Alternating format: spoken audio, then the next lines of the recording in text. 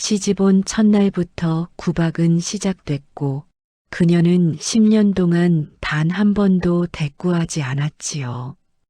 대신 그녀는 부엌으로 들어갔습니다. 눈물이 나면 팔을 썰었고 분이 치밀면 고기를 두드렸으며 억울함이 목에 차오르면 반죽을 묵묵히 치댔습니다. 그렇게 열해가 흐른 어느 날 임금의 수라간에서 전령이 도착합니다. 말 없는 며느리에게 왕궁의 부름이 내려온 이유는 무엇일까요? 잠깐 구독, 좋아요는 야담구름이에게 큰 힘이 됩니다. 그럼 이제 편안히 옛 이야기 속으로 들어가 보시겠습니까? 때는 조선 영조 임금 시절 경기도 양주 고을에서 있었던 일입니다. 산 좋고 물 맑은 양주 땅에 이름난 양반가 박씨 문중이 있었습니다. 넓은 기와집에 넉넉한 살림, 동네 사람들이 우러러보는 집안이었지요. 그런데 이 집안에서 제일 무섭기로 소문난 사람은 바깥 어른도 아니고 바로 안주인 박씨 마님이었습니다. 박씨 마님은 젊었을 때부터 성격이 불같았습니다. 말 한마디에 칼이 들어있고 눈빛 하나에 서리빨이 섰습니다. 밥상에 숟가락 하나만 비뚤어져 있어도 부엌 안악이 벌벌 떨었고 장독 뚜껑 하나만 잘못 닫혀 있어도 온 집안이 쥐 죽은 듯 조용해졌습니다. 동네 사람들은 이런 말을 했습니다. 박씨 마님 앞에선 바람도 숨죽인다. 그런 집안에 새 며느리가 들어온 것은 복순이 나이 18 되던 해봄이었습니다. 복순이는 같은 양주 고을의 작은 선비집 딸이었습니다. 크게 내세울 것 없는 집안이었지만 어머니 손에 잘 자란 아이라 마음씨가 곱고 손재주가 비상했습니다. 어릴 때부터 부엌 일을 즐겨 했고 어머니 곁에서 음식을 배우며 자랐습니다. 밥을 지으면 구수한 냄새가 골목까지 퍼지고 나물 한 가지를 무쳐도 손맛이 달랐습니다. 시집 오던 날 복순이 어머니는 딸의 손을 꼭 잡고 말했습니다. 복순아, 시어머니가 엄하시다 하더라. 무슨 말씀을 들어도 참고 무슨 일을 시켜도 웃으며 해라. 며느리는 참는 게 덕목이니라. 복순이는 고개를 끄덕였습니다. 그때는 그 말이 어떤 의미인지 깊이 알지 못했습니다. 시집온 첫날 밤 복순이는 제대로 눈을 붙이지 못했습니다. 낯선 방, 낯선 냄새, 낯선 소리들. 신랑은 말이 없는 사람이었고 밤새 뒤척이다 겨우 눈을 감았을 때였습니다. 복순아! 복순아! 아직도 자고 있냐? 날이 채 밝기도 전이었습니다. 새벽 사경, 닭도 아직 울지 않은 시각이었습니다.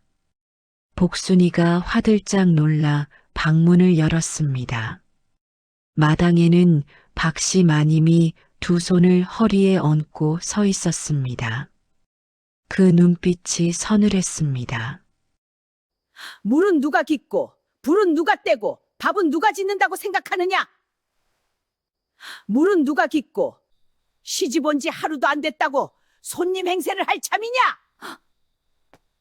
복순이는 아무 말도 못하고 고개를 숙였습니다.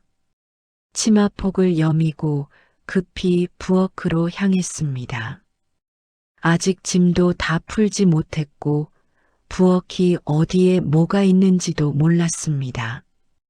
더듬더듬 부뚜막을 찾아 불을 떼고 가슴을 졸이며 밥을 지었습니다.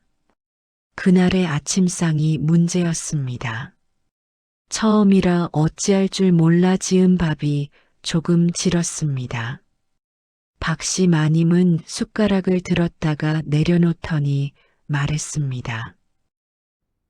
이게 밥이냐 죽이냐? 돼지도 이런 건 안 먹겠다. 복순이는 얼굴이 붉어졌습니다. 눈물이 나오려는 걸 이를 악물고 참았습니다. 그것이 시작이었습니다. 박씨 마님의 구박은 날이 갈수록 촘촘해졌습니다. 밥이 조금 질면 죽이라 했고 조금 되면 자갈이라 했습니다. 간이 딱 맞으면 이번 한 번은 운이 좋았겠지 하고 돌아섰습니다. 빨래를 하면 때를 덜 뺐다 했고 마당을 쓸면 구석을 못 쓸었다 했습니다. 무슨 일을 해도 칭찬 한마디가 없었습니다. 복순이에게는 하루도 쉬는 날이 없었습니다. 새벽 사경에 일어나 우물에서 물을 길어다 부엌에 붓고 불을 떼어 아침을 짓고 식구들 밥상을 차리고 상을 물리면 설거지를 하고 텃밭에 나가 김을 메고 빨래를 하고 점심상을 차리고 또 설거지를 하고 장을 담그고 간장을 다리고 저녁상을 차리고 또 설거지를 하고 밤 11시가 넘어서야 겨우 방에 들어올 수 있었습니다. 그나마 방에 들어와도 온몸이 쑤시고 아파 잠이 오지 않는 날이 많았습니다. 신랑은 그런 복순이를 보고도 아무 말이 없었습니다. 어머니에게 한마디 했다가 집안이 뒤집힐 게 뻔했고 성격이 유한 사람이라 그냥 모른 척하는 것이 편했던 것입니다. 그것이 복순이를 더 외롭게 했습니다. 시집 온 지 석 달이 되던 날 사건이 하나 있었습니다. 추석 명절 준비로 집안이 분주하던 때였습니다. 복순이는 사흘밤을 거의 꼬박 세워 명절 음식을 준비했습니다. 손이 트고 발이 부었지만 꾹 참았습니다. 전을 부치고 탕을 끓이고 떡을 빚고 갈비를 재었습니다.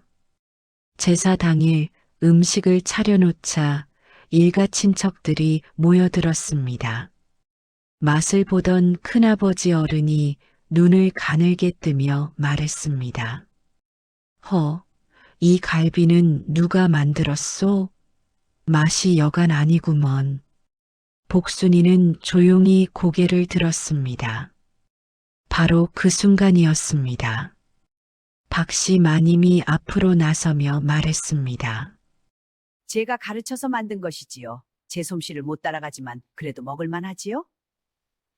제가 가르쳐서 만든 것이지요. 제 솜씨를 못 복순이는 그 말을 듣고 아무 표정도 짓지 않았습니다. 속이 쓰렸지만 고개를 숙이고 물러섰습니다. 그날 밤 복순이는 이불을 뒤집어 쓰고 소리 없이 울었습니다. 1년이 지나고 2년이 지났습니다. 어느 겨울날 복순이가 간장을 다리다가 실수로 간장을 조금 엎질렀습니다. 별것 아닌 일이었습니다. 금방 닦으면 그만이었습니다. 그런데 마침 그 자리를 지나던 박씨 마님이 보고 말았습니다. 아이고, 이 부주의한 거사. 간장이 얼마나 귀한 건지 알기나 하느냐. 내 친정은 간장도 펑펑 쏟으며 살더냐? 복순이는 무릎을 꿇고 걸레질을 하며 말했습니다. 죄송합니다, 어머님. 죄송하면 다냐? 내 친정 것도 아니고 이 집 살림인데. 그 소리가 얼마나 컸던지 이웃집까지 들렸습니다. 복순이는 그 자리에서 얼굴을 들지 못했습니다. 손이 떨렸습니다. 눈물이 간장 위로 뚝뚝 떨어졌습니다. 그러나 복순이는 소리내어 울지 않았습니다. 이를 악물고 걸레질을 계속했습니다. 3년이 지나고 5년이 지났습니다. 어느 날부터인가 복순이가 변하기 시작했습니다. 울지 않게 된 것입니다. 처음에는 참아서 안 우는 줄 알았습니다. 그런데 가만히 보면 참는 것도 아니었습니다. 그냥 눈물이 나오지 않는 것 같았습니다. 마음이 단단해진 것인지 아니면 이미 다 쏟아서 더 이상 남아있지 않은 것인지. 대신 복순이는 부엌으로 더 자주 들어가게 되었습니다. 구박을 받으면 칼을 잡았습니다. 파를 썰고 고기를 두드리고 마늘을 으깼습니다. 손을 움직이면 마음이 차분해졌습니다. 냄비 안에서 국이 끓는 소리를 들으면 이상하게 위로가 됐습니다. 불이 피어오르고 재료가 익어가고 맛이 만들어지는 그 과정이 복순이에게는 유일한 쉼이었습니다. 7년이 지나고 10년이 흘렀습니다. 복순이의 얼굴에서 웃음은 사라진 지 오래였습니다. 대신 그 자리에 깊고 고요한 눈빛이 생겼습니다. 말이 없어도 흔들리지 않는 불 앞에서 오래 달궈진 쇠처럼 단단한 눈빛이었습니다. 그리고 그 눈빛만큼이나 복순이의 손끝에서는 이상한 힘이 생겨나고 있었습니다. 아무도 아직 몰랐지만 복순이의 요리 솜씨가 사람의 솜씨가 아닌 다른 무언가로 변해가고 있었습니다. 세월이 사람을 익힌 것입니다. 복순이가 부엌을 제 세상으로 삼게 된 것은 시집 온 지 꼭 2년이 되던 해 여름이었습니다. 그의 여름은 유난히 더웠습니다. 붓두막 앞에 서 있으면 얼굴이 벌겋게 달아올랐고 등줄기로 땀이 줄줄 흘렀습니다. 그런데도 복순이는 부엌을 떠나지 않았습니다. 오히려 더 오래, 더 깊이 그 안으로 들어갔습니다. 처음에는 그냥 손을 움직이기 위해서였습니다. 구박을 받으면 가슴이 답답해졌습니다. 말하지 못한 서러움이 목 어딘가에 걸려 숨이 막혔습니다. 그럴 때 복순이는 부엌으로 들어가 칼을 잡았습니다. 파를 썰고 물을 깍둑 썰고 고기를 두드렸습니다. 손이 바빠지면 마음이 조금씩 가라앉았습니다. 울고 싶을 때는 파를 썰었습니다. 파 썰다가 눈물이 흘러도 아무도 몰랐으니까요. 화가 날 때는 고기를 두드렸습니다. 방망이로 실컷 두드리다 보면 고기도 연해지고 마음도 풀렸습니다. 억울할 때는 반죽을 치댔습니다. 반죽이 쫄깃해질수록 마음도 단단해지는 것 같았습니다. 그런데 이상한 일이 벌어지기 시작했습니다. 3년째 접어들던 해부터였습니다. 복순이가 만드는 음식에서 전과 다른 무언가가 느껴지기 시작했습니다. 된장국을 끓이면 그 깊이가 달랐습니다. 재료는 똑같은데 복순이가 끓이면 국물 한 모금에 속이 따뜻해졌습니다. 나물을 무치면 향이 달랐습니다. 간이 딱 맞는 게 아니라 먹고 나서도 한참 동안 그 맛이 입안에 맴돌았습니다. 집안의 사람들이 하나둘 알아채기 시작했습니다.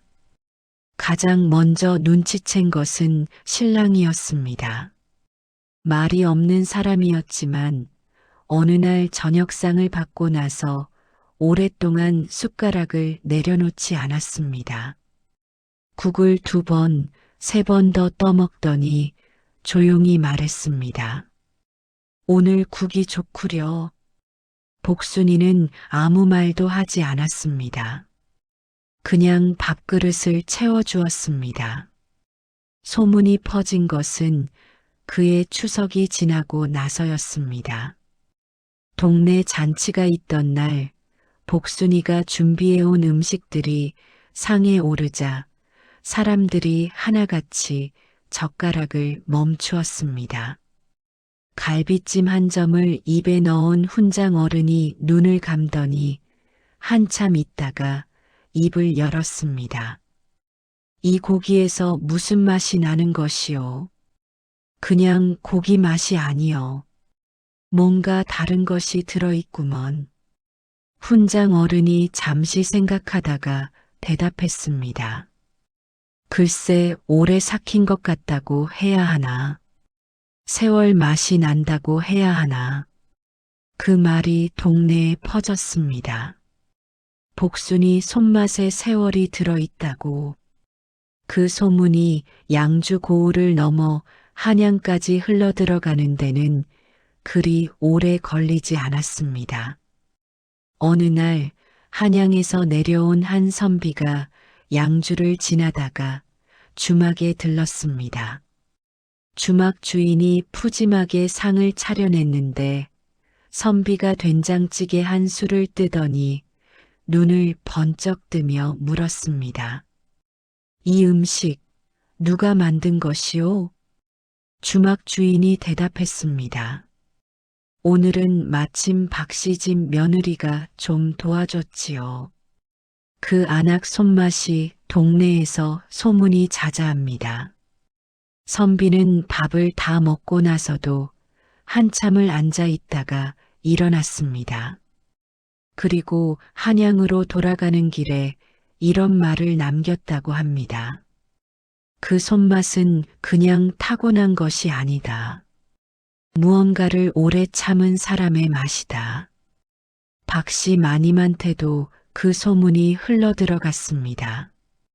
처음에는 콧방귀를 뀌었습니다. 에이, 동네 안악들이 호들갑 떠는 것이지. 내가 옆에서 가르쳤으니 그 정도 되는 것이지. 그러나 속으로는 알고 있었습니다.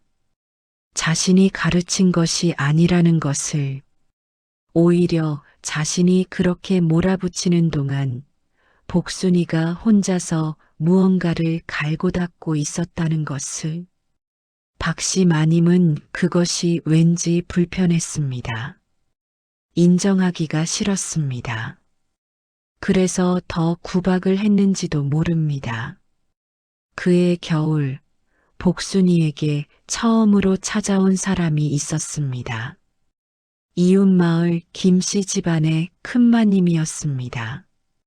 딸 혼례를 앞두고 잔치 음식을 준비해야 하는데 복순이에게 부탁하고 싶다는 것이었습니다. 박씨 마님은 처음에 퉁명스럽게 말했습니다. 우리 며느리가 남의 집 부엌일까지 할 여가가 어디 있어? 그러나 김씨 마님이 정중하게 부탁을 거듭하고 사례도 넉넉하게 하겠다고 하자 박씨 마님은 못 이기는 척 허락을 했습니다. 그리고 복순이에게는 이렇게 말했습니다. 가서 망신스럽게 굴지 말거라. 그 집에서 칭찬받으면 내 가르침 덕이고 욕먹으면 내 탓인 줄 알아라. 복순이는 아무 말 없이 고개를 숙였습니다. 그리고 이틀 동안 김씨집 잔치 음식을 도맡아 준비했습니다. 잔치날 상이 차려지자 온 마을 사람들이 입을 모았습니다. 이 음식 도대체 누가 만든 것이오? 소문은 그렇게 쌓여갔습니다. 한 해 두 해 복순이를 찾는 사람들이 늘어났습니다. 제삿날 음식을 부탁하는 사람, 혼례 음식을 맡기는 사람, 귀한 손님 접대 음식을 청하는 사람들이 줄을 이었습니다. 복순이는 그 모든 일을 조용히 받아서 했습니다. 시어머니 눈치를 살피며 집안일을 먼저 다 마치고 남는 시간에 틈틈이 음식을 만들었습니다. 그리고 그 세월 동안 복순이의 솜씨는 점점 더 깊어졌습니다. 단순히 맛있는 것이 아니었습니다. 먹고 나면 오래 기억에 남는 맛이었습니다. 몸이 아플 때 그 국물이 생각나고 마음이 답답할 때 그 밥 한 그릇이 그리워지는 그런 맛이었습니다. 동네 사람들은 정말이야? 수군댔습니다. 어제 봤다니까. 세상에 믿을 복순이 수 없어. 음식에는 빨리 가서 뭔가 물어보자. 들어있어 정말이야? 눈물인지 어제 봤다니까. 한인지 세상에 믿을 수 아니면 없어. 그 빨리 가서 긴 물어보자. 세월인지 정말이야? 시집 온 지 어제 10년이 봤다니까. 되던 해 세상에 믿을 수 없어. 가을이었습니다. 빨리 가서 물어보자. 양주 고을에 한양에서 온 관리 한 명이 들렀습니다. 고을 수령의 대접을 받으러 왔다가 우연히 복순이가 만든 음식을 맛보게 되었습니다.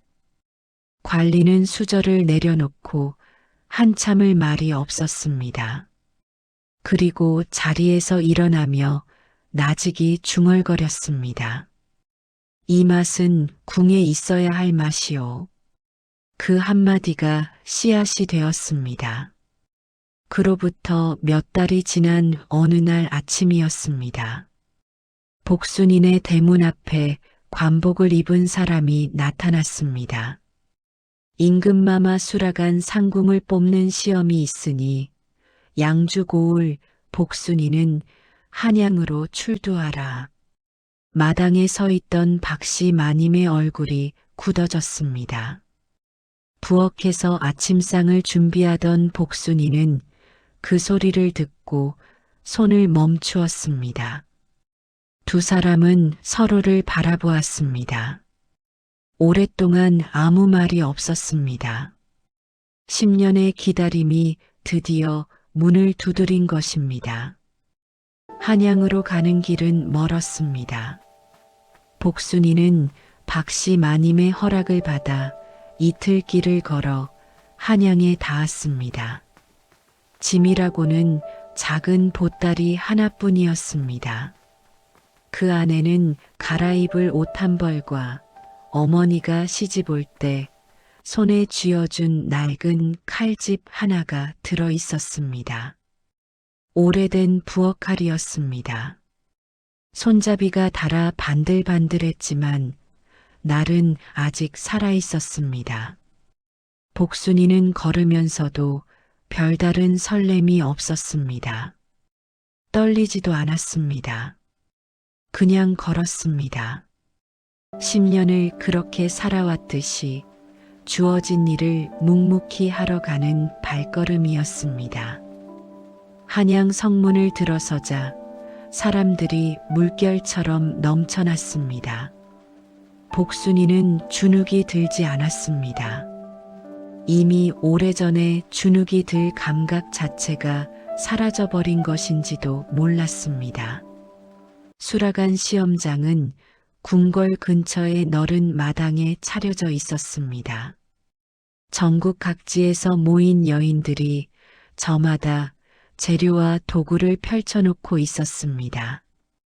전주에서 올라왔다는 여인은 고급 그릇에 화려한 양념들을 늘어놓았습니다.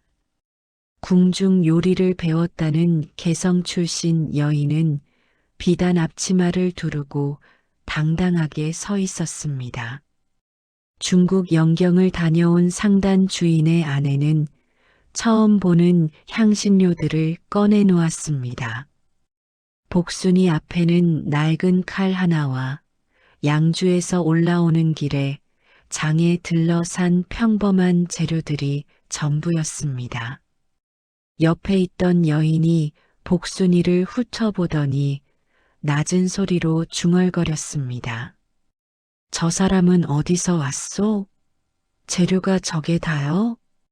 복순이는 들은 척도 하지 않았습니다. 조용히 앞치마를 두르고 칼을 꺼내 들었습니다.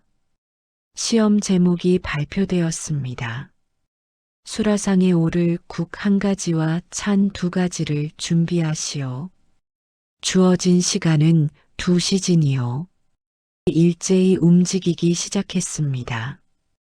여기저기서 칼소리, 불 때는 소리, 재료를 다듬는 소리들이 뒤섞였습니다.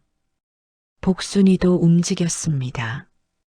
그런데 복순이의 움직임은 다른 사람들과 달랐습니다. 서두르지 않았습니다. 느리지도 않게 마치 자기 부엌에서 늘 하던 것처럼 차분하게 손을 움직였습니다. 된장국을 올렸습니다. 두부 면모, 애호박 반개, 된장 1덩이. 그게 전부였습니다.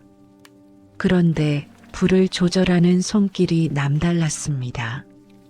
처음엔 3개, 끓어오르면 줄이고 다시 살살 다리고 마치 10년 동안 수천 번을 반복해온 것처럼 몸이 먼저 알아서 움직였습니다. 갈비찜을 올렸습니다. 고기를 먼저 두드려 결을 풀고 양념을 넣고 불 앞에서 천천히 다리기 시작했습니다. 급하게 익히지 않았습니다. 고기가 스스로 익을 시간을 주었습니다. 2시즌이 지났습니다. 심사관이 복순이의 상 앞에 섰습니다. 음식은 소박했습니다. 화려한 그릇도 없고 눈을 사로잡는 색깔도 없었습니다. 그냥 조선 어느 집 밥상에서나 볼 수 있을 것 같은 수수한 상차림이었습니다. 심사관이 된장국을 한술 떴습니다. 입에 넣고 잠시 있었습니다. 숟가락을 내려놓았습니다. 그리고 다시 들었습니다. 한술 더 떴습니다. 또 한술. 국그릇이 절반쯤 비었을 때 심사관이 옆에 있던 상궁에게 나직이 말했습니다. 이 국에서 뭔가 이상한 것이 납니다. 이상하다 하심은 그냥 된장국인데 누군가의 오랜 이야기가 들어있는 것 같습니다. 손맛이 아니라 사람 맛이 납니다. 결과는 저녁 무렵에 발표되었습니다. 마당에 모인 여인들이 숨을 죽이고 기다렸습니다. 전주 여인은 손을 가슴에 모았고 개성 여인은 눈을 감았습니다. 발표관이 두루마리를 펼치더니 읽었습니다. 수라간 상궁으로 낙점된 자는. 짧은 침묵이 흘렀습니다. 경기도 양주 고을 복순이. 복순이는 아무 표정도 짓지 않았습니다. 눈물도 나오지 않았습니다. 그냥 조용히 고개를 숙였습니다. 마치 예, 알겠습니다 하듯이. 그 소식이 양주에 당도한 것은 그로부터 사흘 뒤였습니다. 양주 고을 복순이 댁이 맞습니까? 수라간 상궁 낙점 소식을 전하러 왔습니다. 박씨 마님은 그 자리에 굳어버렸습니다. 한참 뒤에야 입을 열었습니다. 다시 말해보시오. 뭐라 했소? 박씨 마님은 아무 말도 못하고 그냥 방으로 들어갔습니다. 닫히는 방문 소리가 유난히 무거웠습니다. 방 안에서 박씨 마님은 한참을 홀로 앉아 있었습니다. 지난 10년이 머릿속을 스쳐갔습니다. 밥이 질다고 소리를 지르던 날들, 간장을 엎질렀다고 마당에서 고함을 치던 날들, 추석 잔치에서 복순이 음식을 제 솜씨인 양 자랑하던 날들, 그 모든 날들 동안 복순이는 말 한마디 없이 고개를 숙이고 있었습니다. 박씨 마님의 손이 무릎 위에서 꽉 쥐어졌습니다. 자신이 그렇게 몰아붙이는 동안 며느리는 부엌에서 홀로 무언가를 키우고 있었던 것입니다. 구박이 쌓일수록 오히려 더 깊어지는 무언가를. 그것이 결국 임금님 밥상에 오르게 되었습니다. 창밖으로 바람이 지나가는 소리만 들렸습니다. 복순이가 양주로 돌아온 것은 수라간 첫 입국 날짜를 받고 나서였습니다.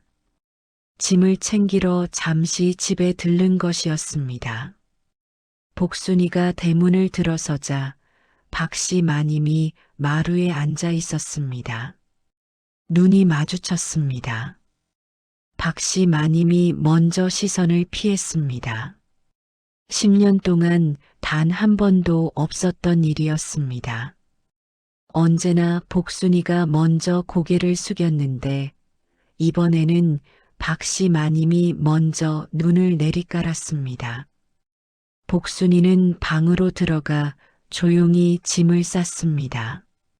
짐을 다 싸고 나오는데 박씨 마님이 불렀습니다. 복순아. 복순이가 걸음을 멈추었습니다. 궁에 가면 몸 조심해라. 박씨 마님은 여전히 눈을 내리깔고 있었습니다. 손이 무릎 위에서 작게 떨리고 있었습니다. 복순이가 조용히 고개를 숙였습니다. 예, 어머님. 짧은 대답이었습니다. 원망도 없고 냉기도 없었습니다.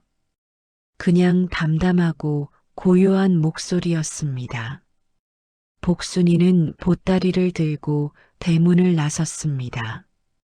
박씨 마님은 복순이의 뒷모습이 사라질 때까지 그 자리에 앉아 있었습니다. 그것이 두 사람 사이에서 처음으로 오간 진짜 말이었습니다. 10년 동안 수백 번의 말들이 오갔지만 그 대부분은 구박이거나 복종이었습니다. 그날 주고받은 말은 짧았습니다. 하지만 그 짧은 말 안에는 10년 동안 한 번도 꺼내지 못했던 무언가가 담겨 있었습니다. 가을 햇살 아래 대문이 조용히 닫혔습니다. 궁궐은 복순이가 상상하던 것보다 훨씬 크고 훨씬 차가웠습니다. 높은 담장이 하늘을 가렸고 넓은 마당에는 언제나 사람들이 바삐 오가고 있었습니다. 화려한 처마 끝에는 금빛 장식이 달려 있었고 기둥마다 붉은 칠이 번들거렸습니다. 그러나 그 화려함 속에서 복순이가 처음으로 느낀 것은 아름다움이 아니었습니다. 냄새였습니다. 수라간 문을 처음 열었을 때 오래된 참나무 연기 냄새와 깊이 우린 사골 냄새, 오랫동안 달궈진 쇠 냄새가 한꺼번에 밀려왔습니다. 복순이는 그 자리에서 잠시 멈추었습니다. 낯선 곳인데 이상하게 낯설지 않았습니다. 부엌 냄새는 어디나 같았습니다. 복순이는 조용히 앞치마를 두르고 수라간 안으로 들어갔습니다. 수라간은 만만한 곳이 아니었습니다.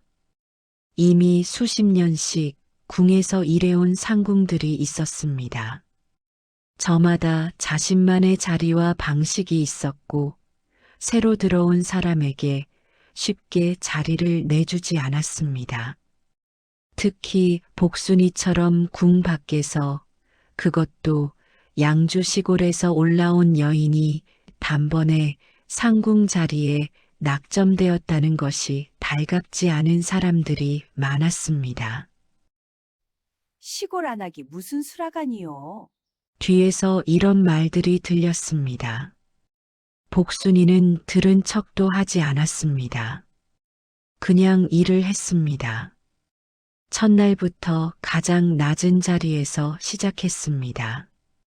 재료를 다듬고, 불을 떼고, 그릇을 씻고, 이미 10년 동안 해온 일들이었습니다. 누가 뭐라 해도 손이 흔들리지 않았습니다. 복순이가 수라간에서 처음으로 인정을 받은 것은 입궁한 지 사흘째 되던 날이었습니다.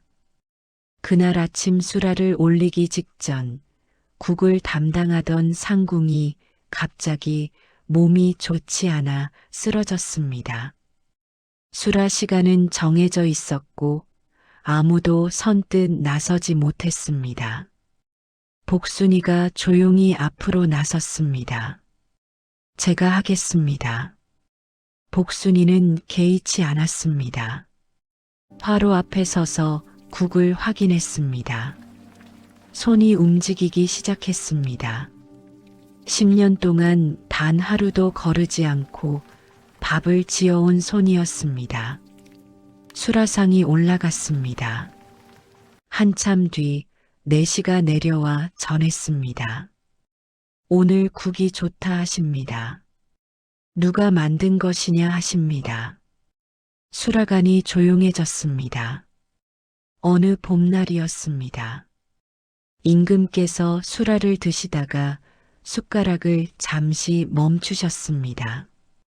이 국을 누가 끓였느냐?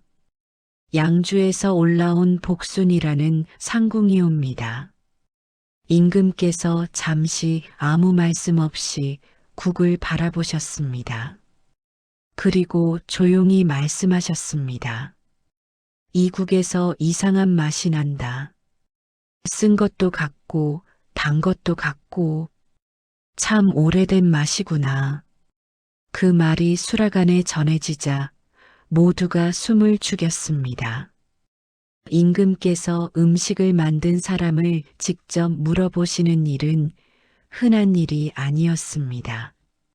복순이는 그 이야기를 전해 듣고 아무 말도 하지 않았습니다. 그냥 다음 날도 그 다음 날도 똑같이 부엌에 나와 불을 떼고 밥을 지었습니다. 박씨 마님이 변하기 시작한 것은 복순이가 떠나고 반년쯤 지났을 때였습니다. 동네 잔치에서 박씨 마님이 처음으로 이런 말을 했습니다.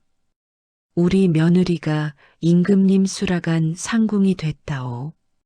그 말투가 예전에 그것과 달랐습니다.